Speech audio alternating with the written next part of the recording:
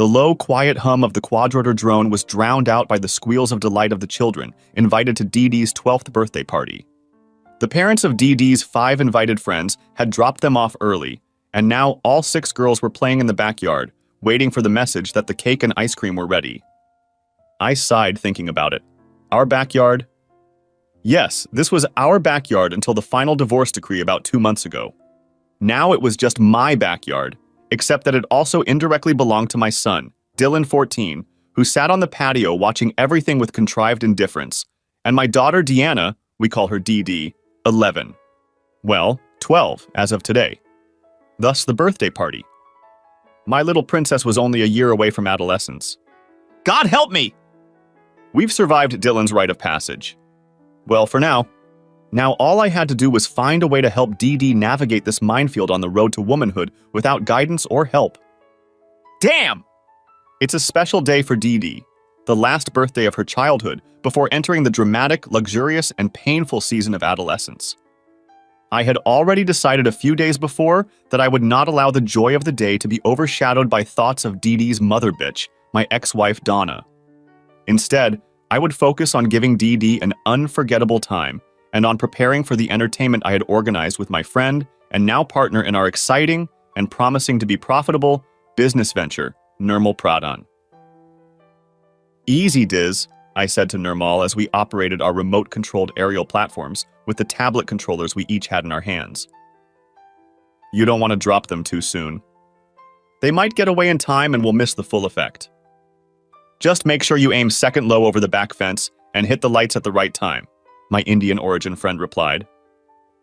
Once you get them focused away from the real threat, then bomb.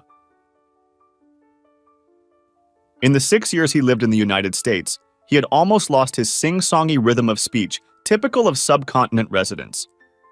Moreover, living in Tennessee for 4 of those 6 years had led to a southern softening of his English pronunciation, and the introduction of terms like y'all into his everyday vocabulary. Sometimes, he even joked with me that in Knoxville, he had learned that y'all was singular, and all y'all was plural. 6 teenage girls celebrating a birthday were moving around the backyard, looking at the quadrocopter hovering above them. It made a low humming sound, traveling in one direction for a short distance and then hovering again. The girls followed it, only to find themselves below it. It moved again in the other direction about 20 meters away, and the girls rushed in that direction. Beneath the quadrotor drone that was moving about 8 meters above them, the one we called Enola Gay, was a round object with ribbons around it. We led the girls to believe that it was an aerial piñata, and that at the right moment it would drop small candies on them. So far, we had kept the other quadcopter, the one Deez and I called E.T., out of sight. It was operated only by me, and for the moment it was turned off. It was quietly preparing to fly in a small clearing in the woods on the other side of our fence. I set aside the tablet controller to reach for a bottle of Budweiser Black Crown. I'd been choosing this beer more and more lately, as I felt the need for a slightly higher alcohol content after the unpleasant events of my divorce. But I wasn't going to get drunk tonight since I was going to be driving later. I just liked the taste of it. So I limited myself to 2 drinks. I coughed, swallowing wrongly because I was distracted for a moment by her appearance. I knew Dee Dee had invited Donna, my ex-wife, to her party. But it still upset me when I saw her walking out the back door onto the patio as if she owned the place. Still the arrogant queen bee, lording over everyone who came within her bad influence. She surprised me since I hadn't noticed her car pull up. I had to cough a couple times to clear my airway of the beer that had accidentally gotten in there when she distracted me for a split second. Donna still looked good, but not as spectacular as she had a few months ago. Her shoulder-length blonde hair, green eyes, and fantastic body always made passers-by, if not stop, at least slow down. Now she was still very attractive, but she had put on a little weight, which I'm sure she resented. The status of most attractive woman, which she had claimed for most of her life since she turned 15, was now in jeopardy. Placing the wrapped package on the table reserved for Dee Dee's gifts, she looked directly at me. At first, there wasn't the slightest expression on her face, but then it quickly changed from brief delight to a lack of any emotion, then to a brief moment of sadness, followed by a clear look of determination to accept this moment. She sighed visibly, trying to feign a polite, welcoming smile. "Glenn, was all she said as she walked over to where I stood. Donna, was all I answered, turning to look at our daughter and her friends. I made several successful attempts to release the tension that crept into my body from her mere presence. She could still excite me, but these days it was a different kind of excitement. I looked at my watch and noticed that time was slipping away from me if I wasn't more attentive. I set the beer bottle aside and picked up the tablet controller.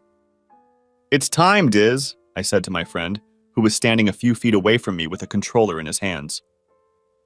Focused on controlling the Enola Gay, I couldn't tell if he even knew Donna was here. But I knew that, other than the fact that he would find her presence here mildly distasteful, he didn't really care one way or the other. "Good," he replied, simply nodding as he maneuvered Enola Gay closer to the back of the yard and closer to the fence. I picked up my tablet controller and tapped the spot that was supposed to activate the ET remotely. I didn't hear it come to life outside our backyard fence, but I noted the system status indicator on my tablet, which reported that all systems were operational, as they say at NASA. When Diz moved the Enola Gay a little to distract the girls, I lifted the ET out of its seat and moved it to a height from which it could barely traverse the trees on its way to our yard.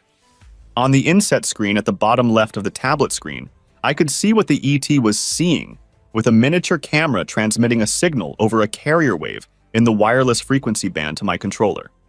With another on-screen control unit, I could remotely move the camera so that its field of view rotated in a 360-degree arc on the gimbal mount and even zoom in and out.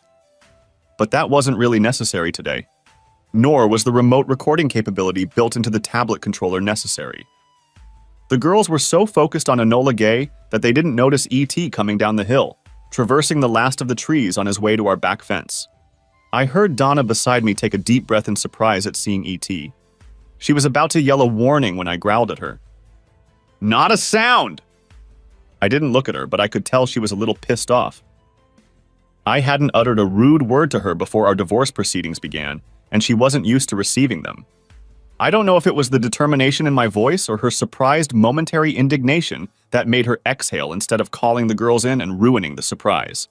I only know that for her own reasons, she chose to remain silent while I remotely guided the ET over the back fence and moved it closer to where the girls were clustered, but out of their sight. I alternately touched 2 points on the control screen, quickly engaging the 2 ET capabilities needed to accomplish the surprise. 2 very bright red and green strobe lights began to flash alternately as the ET soared at a height that was a head taller than the tallest girl in the group. A fraction of a second later, a sound effect erupted. "Whoop! Whoop!" came a loud signal that mimicked the booming of a police cruiser. The girls shrieked and turned in unison to see the frightening sight of 2 bright flashing strobe lights directly above and behind where they stood. In that moment of paralysis, I heard Diz utter, "Bombs away!" And as I looked up from my clipboard, I saw Enola Gay release a round, ribbon-adorned object hanging below her. The object had fallen only a meter when a sudden explosion with a slight pew-pew erupted from its bowels, and the object disintegrated above the girls' heads. Pieces of tape exploded all around them, just seconds after they were hit by a light jet of water that erupted into a cone 6 meters in diameter as a result of the explosion of the plastic CO2 gas that detonated inside the balloon. As the Enola Gay started back toward the patio and Diz, I saw a string with the remnants of the detonation device dangling under the landing gear. None of the bomb's components had shattered enough to harm the girls. "Dee!" I heard Dee shout, partly indignant and partly joking, as she turned and saw Deez and I laughing at them. I knew she was mostly reacting to being startled by the suddenness of the event Dee and I had orchestrated. The spray of water from the balloon wasn't enough to ruin their clothes or, God forbid, their hair. Dee had already started stomping over to where I was standing with Donna to express her displeasure when I heard Donna next to me make a sound like gagging. Turning toward her, I saw Donna's eyes wide open and her mouth slightly ajar. She was clearly surprised, but there was also something else. That something became apparent when she turned to me with an expression of fury and contempt. "It was you, you bloody bastard!" she said in a low whisper. Then she came right up to me and slapped me across the face. Good thing I didn't touch the tablet controller screen when I jerked back from her blow, or I might have smashed the ET or had it hit one of the girls when it moved. As it was, the ET just hovered in place. She pulled herself together and said, You know, sometimes you can be a real son of a bitch. Not known for my wit and ability to come up with quick retorts, I surprised myself by replying rather quickly. You mean without being a real Class A slut who cheats on me all the time? Donna's face flushed, and she froze, contemplating how to repeat the slap she'd received a minute earlier. But as Dee Dee came over to me and put her arm around my waist, Donna pulled herself together and squatted slightly in front of Dee Dee, so that she was at the level of our daughter's face. Happy birthday, sweetheart. She reached out to touch Dee Dee's shoulder, and my daughter let go of me to walk over to her mother and put her arm around her waist. Donna, though she didn't seem particularly comfortable with this public display of affection, she'd never been one to consciously show affection with anyone, especially me in public, nevertheless hugged Dee Dee and said, I'm afraid I can't stay. I just came by to bring your present and tell you that I love you, and of course to wish you a happy birthday. Donna's voice was pleasant enough, but she was staring at me intently. I didn't care anymore, and now I didn't care whether she realized the source of her recent suffering or not. I simply reached for the bottle of beer and took a sip, then set it on the table. Then I touched the tablet controller screen and landed the ET, then touched the screen again to shut down the ET's Wonkel engine. Donna turned and started to walk away, and Dee Dee let go of her mother and came back to stand next to me. I guess there came a point in her life where hugging your father around the waist with all your friends standing around and witnessing everything that was going on wasn't so cool anymore. Just as Donna reached the patio, Sandy Malloy came out of the back door of the house and called, "Who wants cake and ice cream?" The girls ran to the picnic table where paper plates and plastic utensils were laid out, and Sandy set out the cake. Seeing each other at the same time, Donna and Sandy held each other's gaze for a moment. Then Donna looked back at me, leaned over and shook her head, flipped me the bird, obviously not caring that her daughter and friends might see it, and strode toward the house to her car parked out front, I guessed. No! Sandy and I weren't a couple or anything like that. This wasn't one of those stories where the cheating guy has a bunch of divorcees or office girls, or even younger sisters-in-law, waiting to try it on when he finally divorces his cheating wife. While that might have been fine, that wasn't the case in this instance. Sandy was a single mom to 11-year-old Virginia, my daughter Dee Dee's girlfriend. Sandy had gotten pregnant while still in high school, but never married. Seeing that I had my hands full with the party, she volunteered to stay and help. Sandy had been to our house many times over the past 3 years, either to drop off or pick up Ginny, or to be part of the parental control cell at one of the then DDD's meetings with little girls to which Ginny had been invited. So, naturally, Sandy was privy, thanks to her daughter's close association with mine, to more details than I would have preferred concerning the crisis that had developed in my marriage and its subsequent dissolution last year. After Donna left, the girls enjoyed cake and ice cream with Sandy, Diz, and me, then opened presents and handed out handfuls of little candies that the girls had felt cheated out of some time ago, after the event with the fake piñata and its wet surprise. Afterward, Diz and I gave the girls a brief description and demonstration of E.T. and Enola Gay, while we fiddled with 2 drones in the backyard. Of course, the more acceptable term these days is unmanned aerial vehicle, or UAV, since the term drone has fallen into disfavor with civil libertarians who object to the government's use of military and police versions of these vehicles domestically and with nominal American citizens fighting terrorists against U.S. interests overseas. While the FAA was still delaying approval and licensing of commercial UAVs until 2015 or even later, Dees and I were doing all the necessary basic research and testing we could afford. We regularly maneuvered 2 UAVs at minimum altitudes and on private lands nearby to be on the cutting edge of the UAV business when FAA restrictions were lifted.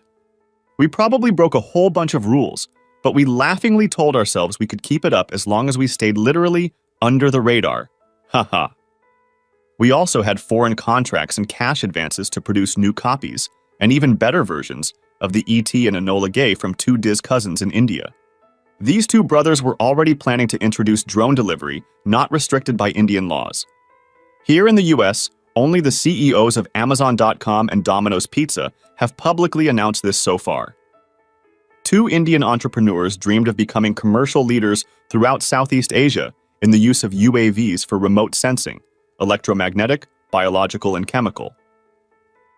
Commercial aerial movie production was also a lucrative area. Bollywood, the home of the Indian film industry, was already demanding their products. Add to these efforts oil and gas exploration, and even mineral exploration, and mountain rescue. Many mountaineers from around the world needed emergency supplies while waiting to be rescued in the Himalayas. We talked about the possibility of getting a lot of money, or rupees as the case may be. I was quite surprised at the size of the advance and the promise of a lucrative reward. After all, Dees and I had only been doing this since he finished his master's degree last year while interning in the UAV research program. The FAA gave final approval for large-scale UAV research at only 3 universities: Texas A&M, Virginia Tech, and the University of Alaska Fairbanks. Dees was involved in the UAF program when he started renting a room from us. Diz was working hard to earn his degree while interning at the UAF test sites at Pendleton, just a few miles south of the Oregon-Washington border, and Tillamook, on the Oregon coast, just west of Portland. He came to us at a time when Donna and I were in desperate need of short-term extra income and decided to rent a room in a house. Diz was the first to respond to the ad, and although Donna was hesitant at first about renting to a foreigner on a student visa, she eventually relented. Diz moved in a week after we first met. Since my house was in Woodland, Washington not far from Vancouver and north of it, along the Columbia River, it allowed us to get to Pendleton in about 3 hours and to Tillamook in 2 hours. Dees had to travel to these places only during tests. The rest of the time, he did his graduate school coursework, working from my house, but after my divorce, I let him live there for free. Although Dees' name was Nirmal, everyone called him Dees, and he didn't seem to mind. Someone had learned that the word Desi was a Sanskrit term for the people, culture, and products of the Indian subcontinent or South Asia. From there, it wasn't hard to guess that he could be called Dizzy or Diz. He briefly hesitated when someone first called him Diz, actually for about 5 seconds, but then smiled and agreed, realizing that his acceptance of the nickname coincided with his new friend's acceptance of him as part of our collection of friends and associates. Before my divorce, I had quietly reconnected with Dees after he brought me up to speed on the potential financial tsunami looming in the commercial drone industry. I was already having difficulties in my relationship with my then-wife Donna, especially when it came to finances. She and I had fundamentally different ideas about spending, saving, investing, and planning for our financial future. So I quietly asked my attorney to help me hide my investment in the UAV research and development that Dees was now doing for his cousins after he was released from an NDA related to his college internship. I was glad that the terms of my divorce from this with Donna went through before the terms of my part of the business agreement with Dees and his cousins were finalized. This meant that any profits I made from my new venture were excluded from the divorce agreement and were not available to Donna. After Dee Dee's birthday party was over, we gave one of Dee Dee's friends a ride to her house. Now we were driving home, Dee Dee sitting in the back seat. Dylan sat in the front with me, shaking his head and occasionally whispering words while listening to music through his smartphone and headphones. "Dad," Dylan asked, tapping the phone screen to stop the music. "What does it mean when Elvis Presley says there's no such zone?" It took me a few seconds to shift my mind from thoughts of Dee Dee's birthday party, Donna's brief visit, and her somewhat violent outburst, and the implications of bringing Dee Dee's friend home. Now it dawned on me what Dylan had meant. "Oh, you mean from the old Return to Sender song?" I asked. He nodded and I continued.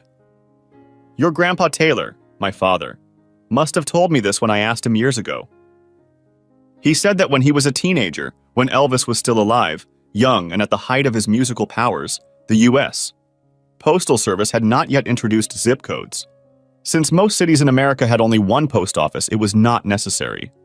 But larger cities like Chicago, New York, and Los Angeles had more than one post office, and the cities were divided into delivery zones corresponding to the location of those post office buildings.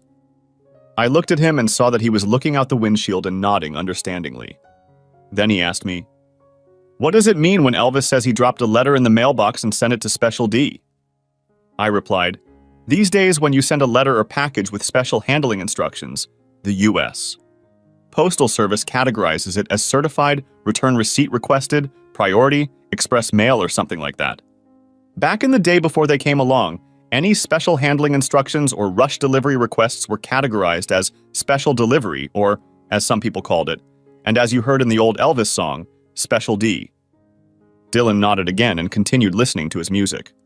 I glanced in the rearview mirror and saw that DD had drifted off to sleep after all the excitement of the previous night's anticipation and the tedious preparation and execution of her birthday party. I could sympathize. I had to go through it all with her, as well as all the nonsense I had to go through with Donna's appearance today. I pushed aside my irritation at Donna, looked lovingly at Dee Dee and thought, my little girl, yes, my little girl, is growing up just like her brother. Then my thoughts returned to Dylan's question about the Elvis song he'd heard on the Oldies channel on his smartphone's streaming music app. I suddenly laughed out loud, causing Dee Dee to open his eyes and look at me inquisitively in the rearview mirror.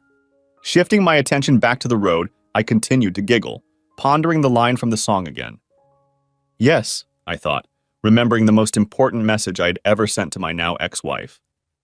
I sent it to Special D. The wedding was sudden and unprepared. It was only 2 weeks after Donna and I graduated from high school, and a couple months after we turned 18, she in April and me in May. Donna was pregnant, and everyone thought I was the culprit. Even though I tried to contradict my father and her that she had dated at least 4 other guys while we were dating, my father asked me if I had actually had sex with Donna. When I tilted my head to avoid his disapproving gaze and nodded, he invoked an ancient, undocumented and unofficial, but still observed in some mountain communities, hillbilly legal aphorism. If the maker of a bad check cannot be found, the responsibility falls on the last endorser. A week later, I was supposed to kiss the bride. It wasn't too hard, since I'd been lusting after Donna for over a year. And I actually liked her, despite her apparent preference for playing the field through our entire senior year. Besides, Donna Swinford really was a beauty. In fact, she was the prettiest girl in our class since she became a second grader, and her feminine figure began to blossom. And she knew it too. During her time at school, Donna has used the power of her looks many times. She was considered the queen bee at school. She won over the boys and destroyed the other girls with her looks, comments, and attitude. There were rumors that she'd even seduced a couple of male teachers to get passing grades, but the latter was never confirmed, and to this day, as far as I know, she'd never told anyone. Everything else was common knowledge, though. After we were legally married, Donna's dad offered us the use of a small apartment above his garage to live in while we tried to become parents, work, and pursue higher education. After our baby was born, Donna's mom, though not particularly happy with our living situation, nevertheless enjoyed looking after Dylan during the day while Donna worked at her day job and I attended community college and worked part-time in the evenings a few times a week. We may not have gotten off to the best start as a married couple, but Donna and I grew as a family and began to enjoy our life together, and even began to experience feelings of true love as far as I could tell. We struggled financially at first, but Donna and I had fairly good jobs. With the pay raise I got when I graduated from community college with a business degree and was hired by a local company, we were able to breathe a little easier. In our first year together, our sex life was amazing. I had never had such a constant supply of sex as I did now that I was a husband. And Donna, who had enjoyed sex even before we were married, enjoyed our sex life immensely. At least it seemed that way to me at the time. Not quite 2 years later, our sexual activity began to subtly decline. We still got together often to lie on the sheets, but I was beginning to notice a decrease in the frequency of sex. And it coincided with Donna's increased time away from home, meeting friends at work, helping her friend host Mary Kay parties, and getting a small cut of the organizers' fees, and attending a walking group for mothers. Only in the last of these 3 activities was Donna able to get Dylan involved, as she was able to wheel him around in a jogging stroller we found at the store with the other young moms and their children in the group. On the other 2 occasions, I stayed home with my infant and then toddler son, or asked Donna's mom to help me when I was working or studying. Anyway, our sexual activity had dropped to perhaps its lowest level since our wedding day when Donna approached me one evening with a concerned look. Dylan, now 2 years old, was playing with the plush dog at my feet while I studied when Donna finally spoke from her seat at the table across from me. "Darling, I'm so sorry," she said quietly with a sad expression on her face. I had to distract myself from a finance problem I was solving as a homework assignment for one of my courses, so it took me a few seconds to respond to her. "Honey, what are you sorry about?" I asked finally. "Glenn, I'm pregnant again, and..." I looked up in surprise, feeling a genuine sense of joy at this news. However, I could tell from the look on Donna's face that the situation didn't bode well for her. "Honey, this is wonderful news," I said, getting up and going around the table to hug her. She didn't get up right away. Instead, I took her hands and pulled her to me for a hug and kiss. Her enthusiasm may not have waned when we started kissing, but eventually she returned the flick of my tongue with her own. I tried to convey to her that I was very excited about the prospect of being a father again. After all, Dylan turned out to be an adorable baby and hadn't yet experienced the terrible twins we kept hearing about from friends. It's been just under 9 months since the night Deanne made her debut into our family. Let me tell you, this little girl had captured my heart from the moment the doctor severed physical ties with her mother, wiped her down, wrapped her up, and handed her to me to take to the scale. I was now an official member of the Squeeze Club as my daughter's father, and at the time, I didn't even know it. "Honey," I asked, stunned, "what's wrong?"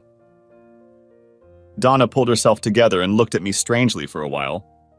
Then she smiled mischievously through her tears and said, "Glenn, honey, I'm just so exhausted from labor, and my mind and body are so exhausted from the medications and all my hormones trying to get back to normal. I'm so sorry for all these emotions." For a while, she continued to look at me strangely. At that moment, I couldn't understand what was wrong. Of course, today I know exactly what caused that emotional turmoil. However, at the time, I thought there was something wrong with what she said. But I decided to believe her story out of love for her and our 2 children, as well as my own excitement. "Donna, I know this has all been hard. Right now, you just rest and get ready to go home tomorrow. Mommy Swinford has already got everything ready for the nursery and is looking forward to having us all home, especially little Deanne." I smiled at her with all the love I was capable of at that moment. Donna looked back at me and responded with a smile and a raised eyebrow, one of the nonverbal signals inviting a kiss. I complied, and we both giggled at Deanna's little burp between us. Donna had her tubes tied after Deanna was born, stating that 2 children were enough for her. We talked about it, and while I'm not one to want to block off all avenues to expanding our family, I eventually agreed with her. 11 years later, almost to the exact date, I learned that we had been living a lie for a very long time. As soon as I got my degree and got a good job, as I said, we began to feel the financial burden we had been carrying up to that point lessen. We still had a lot of debts, but now they were manageable. Banks like to categorize debts into good and bad debts. We soon achieved such a balance between good and bad debts that due to recent changes in banking regulations, we qualified for a low-interest home loan. We were also fortunate enough to find a small but cozy home that was affordable due to the bank's desire to generate income from the property that had been foreclosed on when it was abandoned during the divorce proceedings. Everyone was happy. The bank, because it was now making money on real estate.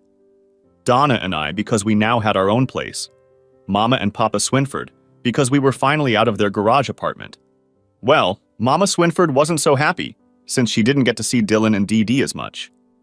When Dee Dee started kindergarten, Donna successfully, but after some hesitation on my part, asked me to allow her to return to work during the afternoon hours when the children were in school.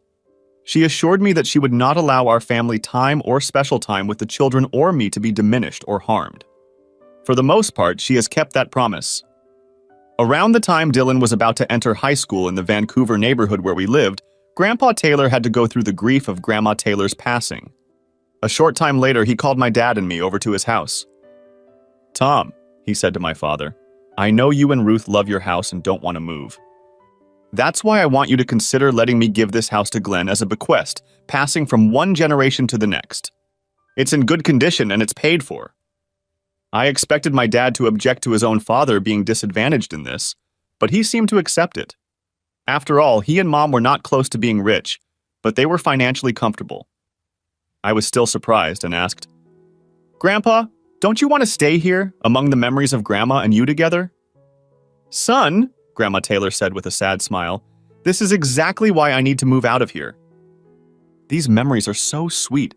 It makes me sad that she isn't here to talk to me about them. No, I want you to keep this house for your young family, and I'm going to take the old van from the public warehouse and take a trip to see some of the places in the Northwest that I never got to see before I got too old for it." Thus, Donna and I and our 2 children became tenants in my Grandpa Taylor's house in Woodland, north of Vancouver.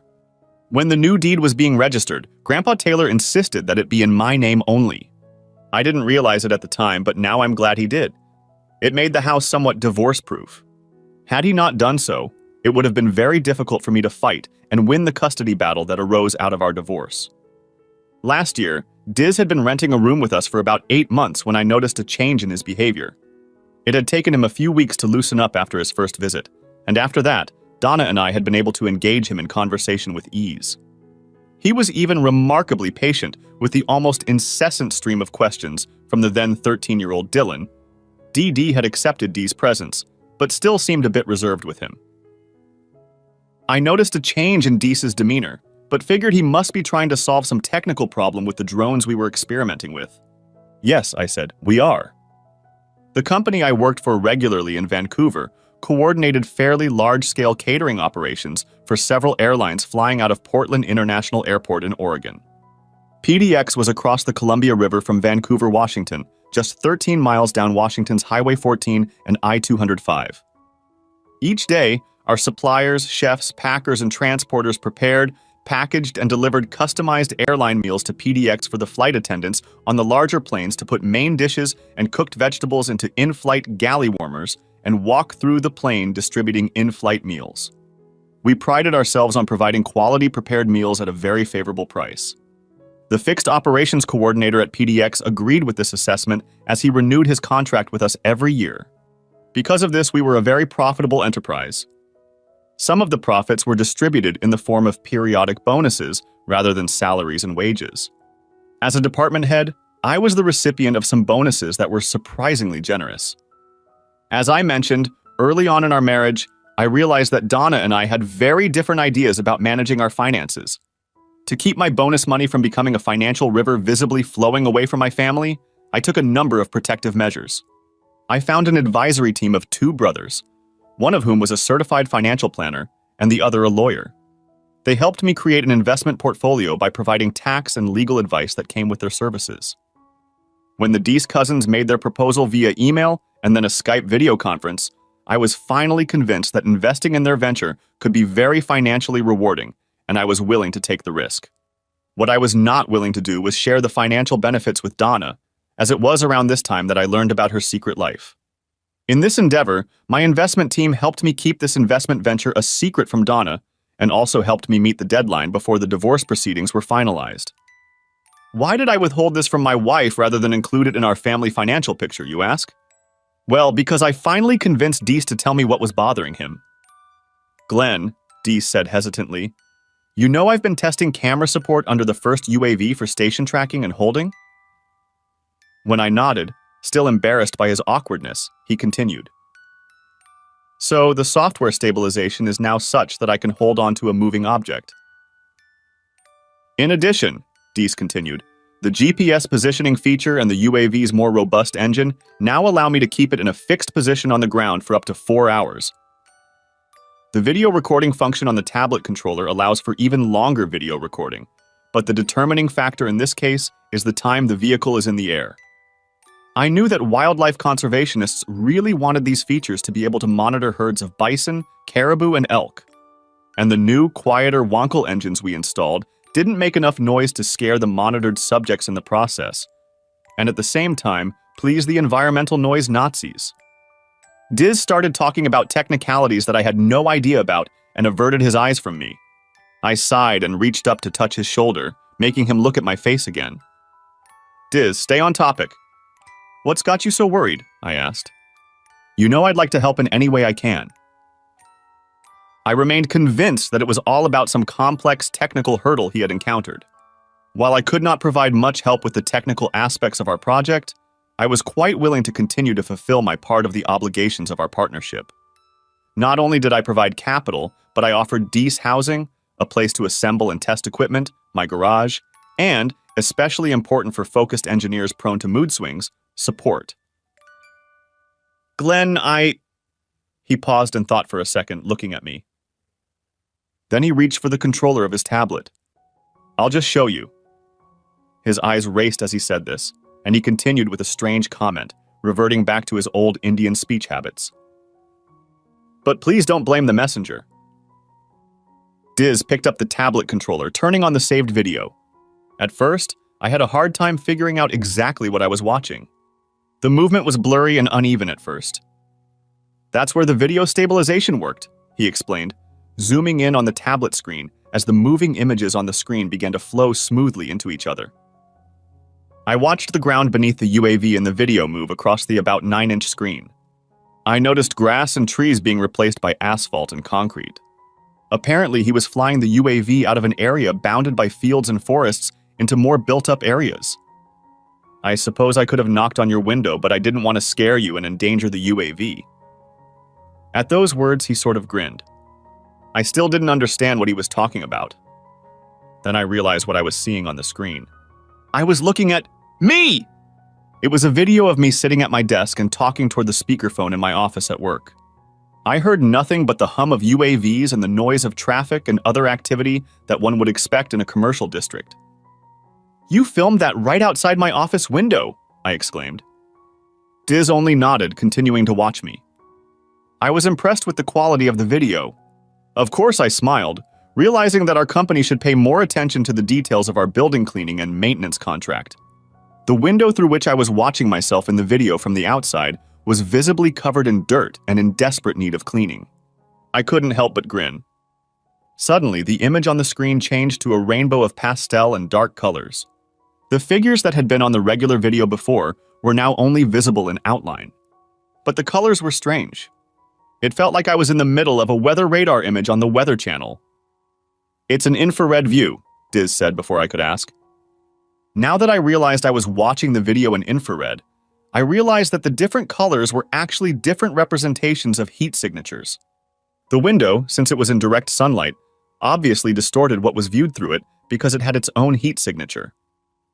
"Diz, that's great," I said with a grin. "I know the wildlife guys are going to love it when they're trying to track herds." Diz didn't answer anything to that. He pulled back the tablet controller and activated what looked like another video file. He sighed and held it out for me to view. This time the video started in IR mode. From the shapes I could see, I realized that the UAV was hovering over a parked car, which, judging from the heat signatures, had a driver and one passenger in it. As I watched, human figures got out of the car and moved toward the back. The actions on their part were indistinguishable, but it could indicate that they took something from the trunk of the car. They moved away from the car, and I noticed that the angle of the video changed to keep them in view. But the position of the UAV didn't change. I had to go around the tree they moved under after getting the blanket out of the trunk of the car. Diz sounded nervous as he said this.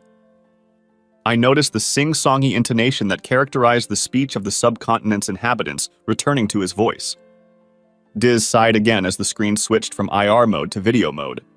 That way, I could verify that the video had been shot in daylight, late morning or early afternoon, judging by the light level.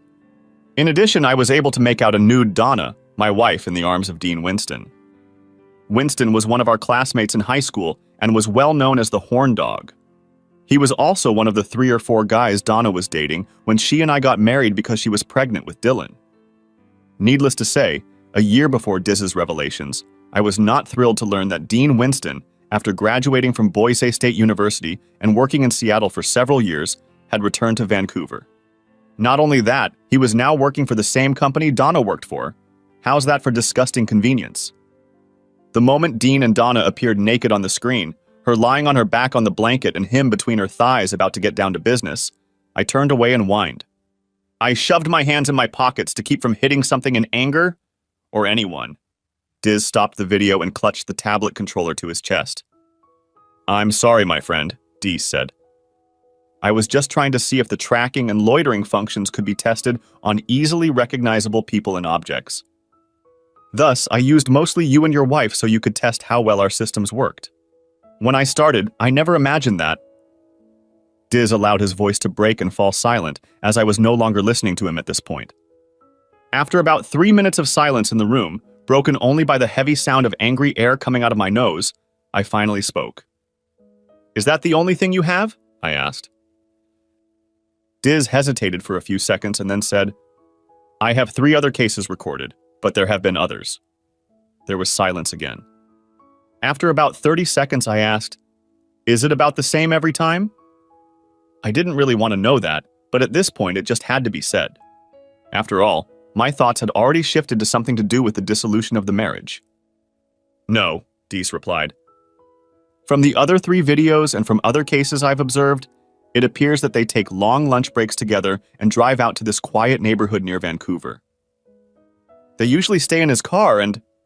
Here he just tapped the screen to start another video. The brightness and contrast are very different in this video, and I commented on that.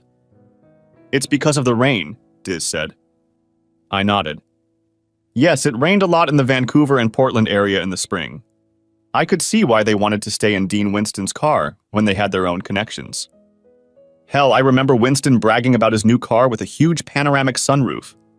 Some cars with this feature had a solid glass roof, others had multiple panels. All were designed to open up the entire cabin to the sun and tilt back, opening up at least part of the interior to the outdoors. Some people enjoyed the wind in their hair, others just sat and looked at the stars in the evenings. Of course, in the rain, which was quite frequent here in the Vancouver and Portland area, the panoramic sunroof still provided a view, but without having to endure rain in the face or, in the case of the ladies, in the hair. Dean Winston's car was a Chrysler 300S with all the trimmings, including a double panoramic sunroof, which he liked to brag, "Yes, the ladies like to have sex in the luxury of my car while enjoying the beauty of the sun and stars overhead."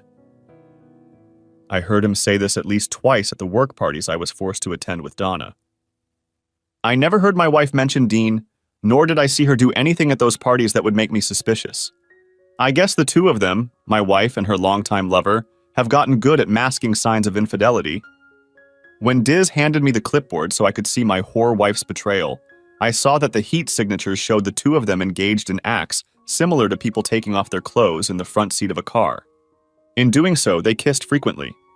Finally, I saw the passenger move to the back seat and assume what I assume was a hands and knees pose. The driver then moved between the front seats and joined another person in the back seat who apparently approached the passenger from behind. The oscillating heat signatures and movement of the car confirmed what was happening. Before they moved to the back seat, I saw no indication that the driver was attempting any additional action in his groin area, so I assumed it was non-consensual sex, which of course is horrible. Not only was my trashy wife cheating on me, she was jeopardizing my health and possibly my life by exposing us both to an unknown number of this son of a bitch's sexual partners. Diz, I said finally, I'm going to need copies of those videotapes. It looks like my soon-to-be ex-wife and I are going to have a falling out over her extracurriculars, shall we say. I'll also need those videotapes when I petition the court for custody of my children. Diz nodded and said, Given her history, are you sure? He stopped abruptly, but I realized what he meant. Were these children even mine? That had to be tested in terms of biology. But in terms of love, it didn't matter. My babies were my babies! I didn't care who the sperm donor was. I loved Dylan and Dee Dee, and they loved me. I wouldn't give them up without a serious fight, and even after that, I wouldn't rest until I could get them back. Still, Diz was right. Yeah, I should probably get a DNA test, shouldn't I? I'm sorry, my friend, Diz said with an apologetic look. I nodded at him and put a hand on his shoulder encouragingly. The last video was still running, and I sighed. Hey, Diz, I said as anger rose in my thoughts, though I held it back in my voice. Do you have any actual videotapes, not related to these cases? Diz, with a proud expression on his face, stopped the current video and turned on another. This time, the video was running normally, and you could see their heads and faces from behind and just above the back of Winston's car. It only took a few seconds before the view changed again to an infrared view directly above the car. I looked at Diz with a question on my face. I lowered myself behind the vehicle for a few seconds to get a clear shot, Diz replied. However, I was only able to keep the UAV there for a few seconds, barely long enough to get a clear shot before getting out of their sight. I didn't want to alert them to the presence of the UAV and camera. Donna knows the effort that you and I have put into this program, and she's seen some of the demonstrations we've done here. She would instantly recognize a UAV if she saw one, and she would also realize that it was probably filming. I had crossed the threshold of logical thinking in the situation I found myself in today when Diz revealed his secret. Now I had moved to an emotional level. I was hurting on a personal level, but I was also worried about my children. But mostly I was angry and bitter at the two hurrahs I saw in the video. My loving wife not only cheated on me, but put me in harm's way physically by letting asshole baby do her without protection. What infuriated me was the contempt and disrespect with which she conducted this ploy of hers. Oh yeah, divorce is one thing. Revenge was another one! My attorney, Myrna Hawk, had all the paperwork ready by the time Diz and I finally realized our day of vengeance. Sounds like a catchy movie title, doesn't it? I inquired, and Diz confirmed that the cheaters' noon dates happened on Fridays. He informed me that it always happened during the extended lunch break on Fridays. Casual Friday dress code rules allowed them to wear clothes that were easier and quicker to put on and take off. And sometimes on Tuesdays, the day of the week with the least workload. I gave copies of the videotapes that Diz had already given me, burned to DVD-Rs, to Myrna Hawk and asked her the questions necessary to determine how best to serve my wife in a way that would be as painful and embarrassing as possible. She informed me that she could deliver the papers to anywhere within a 20-mile radius of Woodland and even to the northern edge of Vancouver, where Donna's work was located, within an hour, and into the hands of the recipient within 2 hours. I printed one shot of the happy couple as they were having sex in the missionary position on a blanket under the trees. I will include this shot in the divorce packet. The DVD-R with these videotapes should have remained in Myrna Hawk's office just out of precaution. Meanwhile, I surreptitiously took swabs and hair samples from both of my children, the former while they slept, and the latter from the hairbrush and comb on their mirrored dressers. It only took a few weeks to get the results. I had Myrna Hawk's office address as my return address. So I was in Myrna's small conference room when I discovered that Dylan was, in fact, all mine. Wow! Looks like Dad and Mr. Swinford were right to make me marry Donna at that time. My hand trembled slightly as I looked over the second set of results. Deanne wasn't mine. Well, biologically, she always would have been mine if I could have helped it.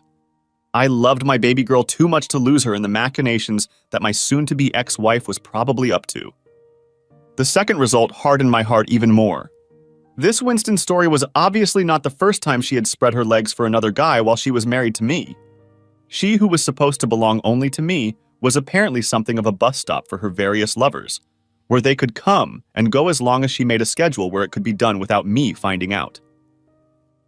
Revenge Day had to be chosen carefully, depending on the weather on the chosen Friday. In fact, it took Deez and I another 4 weeks of patiently waiting and concomitantly replenishing our video vault before the right day appeared on the horizon. It was May, and the weather forecast for the coming Friday was not only mostly sunny, but also suggested a surprisingly low humidity level of 15%. Chances were, if the couple didn't get out of the car, they would probably accomplish their feat in the backseat with the panoramic roof open outward. Everything would depend on the weather. But Deez and I were ready to execute either way. Oh, Glenn, are you sure about this? This is so disgusting, Diz complained. We were busy pouring the contents of the bucket into one of several special weather balloons I'd found at a military surplus store. We practiced the bombing capabilities of the UAV, which was now called the Enola Gay. Diz had designed an explosive device using compressed CO2, and we filled one of the balloons with water. Diz carefully inserted the bursting device inside the filled balloon, after which I sealed it, and the thrust cord was brought outside the seal. Around the seal, we attached a few turns of cloth tape and made a loop of it. This loop will be used to hold the remotely activated pizza delivery grabber on the bottom of the Enola Gay UAV. A single tap on the tablet controller screen would cause the grapple to release its load on command.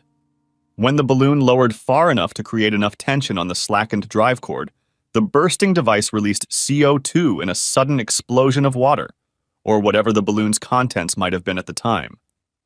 I insisted that we do 3 test launches with water balloons in the backyard.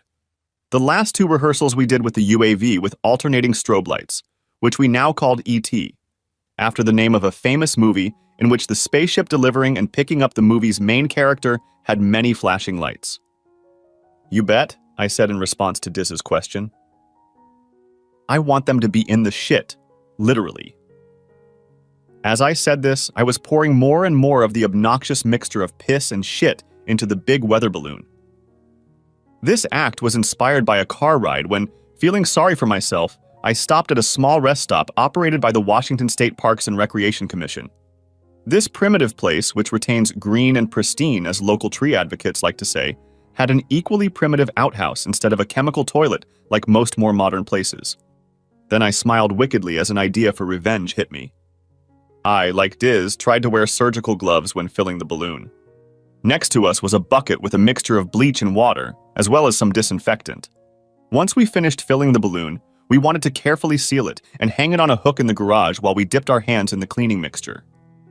It would be hell for Diz and me if, after taking revenge on the crooks, we got hepatitis or something else equally horrible. We also had to make sure we didn't overfill the balloon. Previous versions of the water balloons were a bit fuller, so we could provide a safety margin against the weight and mass of the payload that would be delivered in reality. Now all we had to do was wait another hour or so for Dean Winston and my wife Donna to leave work for their weekly Friday mid-afternoon sex session. I walked over to my tablet controller and started the ET engine about 10 minutes before the crooks usually left the building. After about 30 seconds of warm-up, I lifted the ET from its hiding place in the crown of the trees across the parking lot from the building where my wife worked. I had been practicing with the camera mounted under the ET using a gimbal and had gotten pretty good at changing the orientation of the camera as I moved the platform.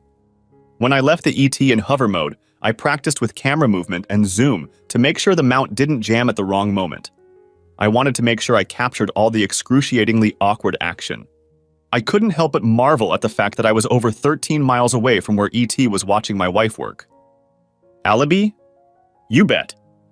Sure enough, Donna and Dean walked out the door leading to the parking lot together, and right on time.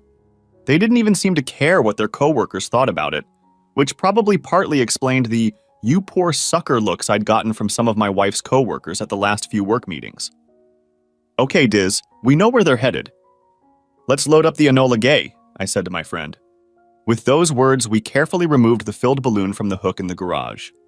We had a creepy moment where I almost lost my grip. But we paused, restored my pulse to 650, and carried the balloon over to where Enola Gay was sitting. I left it to Dees to take it from there. He was an expert at attaching the thrust activator for the hopper and the suspension mechanism to carry the payload. I went back to monitoring the ET and moving it into place. I guess I was so focused on what I was doing that I didn't even notice that Enola Gay was on her way until Diz sat down next to me, tablet controller in hand. We looked at each other and shook our fists, then returned our attention to the screens in front of us. The overhead view of Dean Winston's moving Chrysler quickly became boring, but the excitement of what we were doing kept us energized and focused. The trip to the favorite parking spot that Donna and Dean usually used was usually only about 10 minutes, and today was no different. Diz chuckled beside me and said softly, "Oh yeah." When I asked him what he meant, he grinned and said, "Look at the hatch." Turning and zooming the camera slightly to get a good view, I saw that Winston had opened the panoramic sunroof of his luxury car so they could feel the spring breeze as they drove. I silently prayed that they would leave it open. It had rained the night before, so the ground was very wet. Today, however, the weather was great, mid-60s, mostly sunny, and the humidity had temporarily left the area. Conditions were just right for our purposes. As soon as the car stopped, the couple got out and saw that the ground was too wet to do it on the ground under the trees. They started to have fun. Damn, I thought, she's still a fox even if she's bent over. I noticed in passing that Dean Winston's gear was in the Goldilocks category. Not too big or too small, just noticeably, not livable. I watched and gritted my teeth as my wife, with whom we've been together for almost 15 years, opened the rear passenger door of the car and stepped inside. I started down the ET and captured the moment on video as Dean leaned in and kissed my wife. I couldn't help it. I had to wipe the sudden moisture from my eyes. This marriage had been dying since I discovered Donna's duplicitous nature, but a date had not yet been set. Now it had been set. Today was the day. I kept the ET off to the side, out of their line of sight, and told Dees to start his run. From that point, I slowly and carefully moved the ET to a position below line of sight, and behind the curve of the trunk of the car, the crooks were now entertaining themselves in. I was about to pass out when I heard Dees sound the alarm. "Good!" he said almost with a shout. Catching himself, he said, "One last run, strobe and arrow in 3, 2, 1. And then in a calm voice just above a loud whisper, he said, Now! I raised the ET to the level of the rear windshield. I caught a glimpse of the expression on the couple's faces as I turned on first the strobe lights and then the police signal. Today I covered the strobe lights with a dark blue film. When the bright alternating lights went out, I chuckled briefly, thinking about what must be going on in that couple's heads. The lights looked like the headlights of a police cruiser. Whoop! Whoop! This sound has been almost universally recognized in the United States as a police unit alarm. As planned, the terrified couple stopped moving and froze in place for just a few seconds.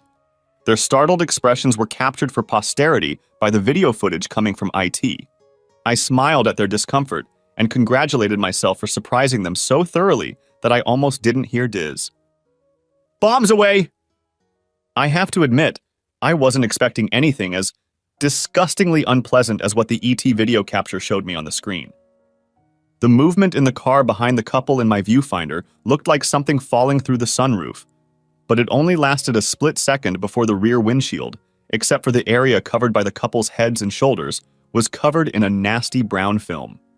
It took the couple a split second to realize that they were now covered in a brown haze of piss and soft shit, as was the entire interior of Dean Winston's precious luxury Chrysler 300S. They were looking out the rear windshield when Diz's device burst, so there was minimal on their faces, just the remnants of droppings from the ceiling of the car. That was the plan when Diz and I were planning the attack. I had to make sure they were facing away from the bursting balloon of shit, so the shit wouldn't get in their eyes. We didn't want to blind them, or nose or mouth. We didn't want them to swallow any of it.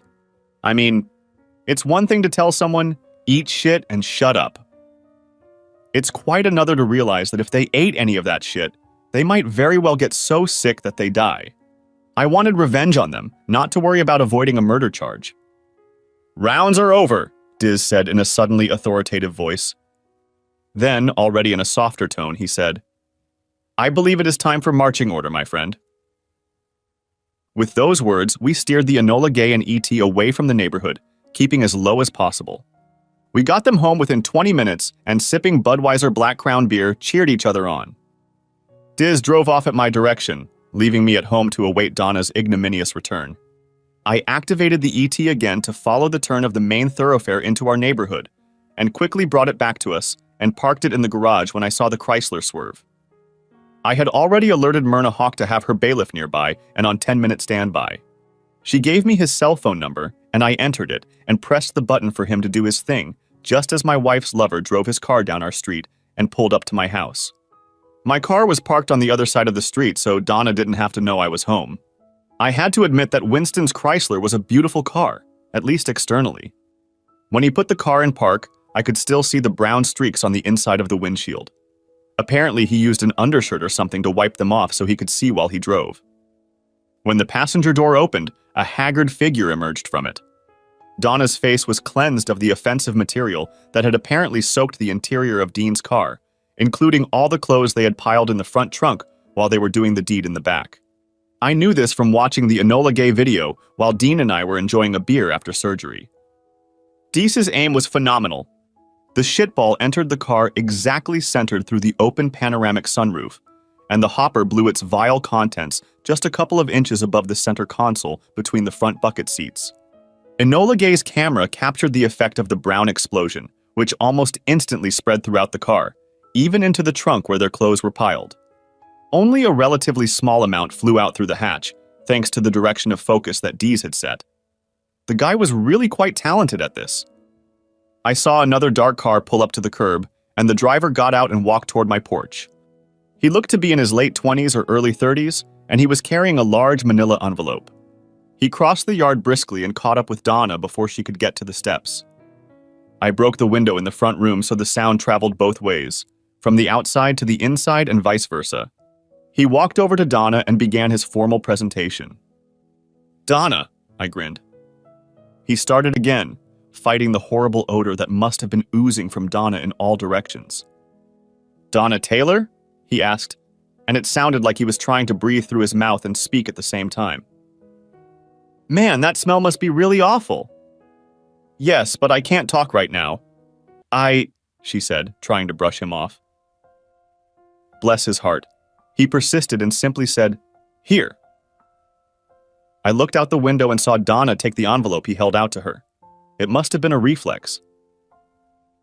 He then quickly headed to his car and called out, walking behind him.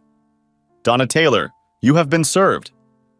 He snapped a picture of her with his phone, still moving away to capture the event, along with the date and time she was served. The guy was meticulous. Even though he was utterly disgusted by my shit-smelling wife, you gotta hand it to him. Winston wanted to leave right now. He probably wanted to get away from his ex-lover, take a shower, find a handyman who had the guts to fix the car, or an arsonist who would just set it on fire and put it out of its misery, and get on with his life in anticipation of the weekend. It took him a few minutes to pull out of my driveway, as the bailiff's car was partially blocking his way. The server reached into his car, pulled out another envelope, and walked to the driver's window of Dean Winston's car. I didn't hear it, but it seemed to me that the server, having gotten confirmation of Dean's identity, simply tossed the envelope through the window, stepped back to take a picture, and drove off.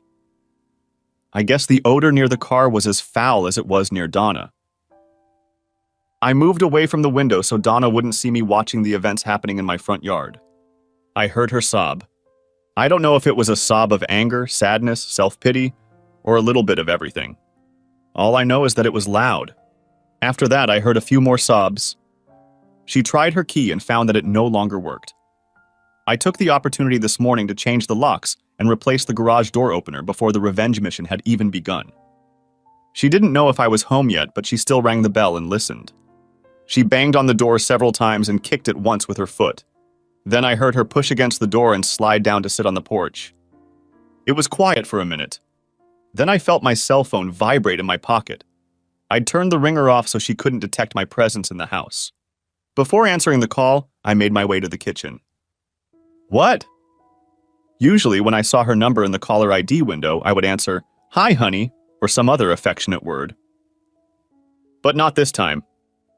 "Glenn, honey, something terrible has happened and I—" She paused, going into a paroxysm of loud and pitiful crying.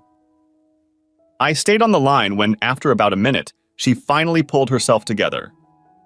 "Oh, Glenn, I can't get into the house. My key doesn't work, and I so need to shower and get cleaned up." Ugh! I almost laughed as I pictured her sitting on the porch crying and feeling the chafing of her shit-soaked clothes. Finally, I spoke up. "Donna, did you get the package I delivered to you?" Yes, she replied. "What's that?" "The rude guy who gave it to me said I was serviced." "What did he mean by that?" I couldn't believe she couldn't figure it out. "Well, I guess you'll have to open it up and see exactly what he meant," I said. I couldn't resist a harsh tone in my reply. I could hear her opening the envelope, probably holding the phone in the hollow between her neck and chin. "Glenn, why are you suddenly being so nasty? Oh, no! I instructed Myrna Hawk to see to it that the picture of Donna and Dean fucking in the missionary position on a blanket on the ground was the first one in the divorce packet. From the angle, it would appear to an observer that a tall man with a camera took the picture from about 30 feet away using a zoom lens. The secret of the UAV video will remain with only a few of us. Contrary to most people's expectations, the divorce went a little out of my favor. Perhaps the cheating couple's dated photo helped. I don't know. Since Washington is a no-fault state that does not require a period of separation before divorce, the mechanism moved pretty quickly. I got the house since the deed was in my name only, but had to provide Donna with a bunch of monetary assets, from known accounts. This included only minimal alimony for 2 years, since she was essentially still working. Because the house was mine, the judge ruled that the children's interest would be served if the existing pattern of interaction between parent and child is altered only to the extent necessary because of a change in the parent-child relationship or to protect the child from physical, mental, or emotional harm. Translated into ordinary language, this meant that they should stay in the house with me so as not to change the pattern of interaction. To her credit, Donna did not try to portray me as physically, mentally, or emotionally abusive. If she had tried, I gave Myrna Hawk a list of witnesses who were to attest that I was not abusive. I couldn't completely remove Dylan and Dee Dee from Donna's influence, since the court had also established mutual decision-making authority, which meant that Donna could still have a lot of influence over the kids' lives. Well, I guess given the way courts tend to screw over fathers, and the fact that I wasn't being squeezed out of the car, I could give Donna a little leeway without being too picky. Sure, it would be nice not to have to deal with my ex-wife anymore, but I still had Dylan and Dee Dee. So far, I had shielded them from the infidelity associated with the breakup of their parents' relationship. I planned to keep them in the dark as long as possible. Donna rented an apartment just a few miles from home. Guess who had to pay for it? It was closer to Vancouver and her place of employment. What annoyed me was the requirement that I pay for her cable TV connection. I checked to see if her package included the Cheater channel, but no such luck. I had no interest in whether Donna was dating someone or trying any other relationship. The topic was never brought up during the normal handoff of children for visitation, and I didn't ask. In all, I suffered financially for about 6 months, until the income from the business that Dees and I were doing with his cousins in India began to flow. The amazing thing was that we didn't have to produce anything. We just had to be the idea men and middlemen in the transactions that led to the production, special customization, and transportation of Dees's designs. We had to bring in another lawyer to handle the export deals because our designs were still not legal for commercial use here in the US, and there were several trade restrictions on technology exports. But oh boy, whenever the FAA got out of control and wouldn't give us permission to fly in the United States, the sky, literally, would be the limit. I finally got a little financial relief when the court ruled in my favor in an intentional infliction of emotional distress, IID, lawsuit against Dean Winston. Turns out the guy was up to his eyeballs in debt, and the final amount paid to me after attorney fees and other costs was only $43,000. Oh well. In the meantime, I was still making good money at my day job. A few months after the divorce, life took a turn for the better. However, I began to get a little agitated. It made me laugh when I learned that the insurance agent on Dean Winston's case refused to recognize the car as a total loss, insisting on a thorough cleaning and restoration.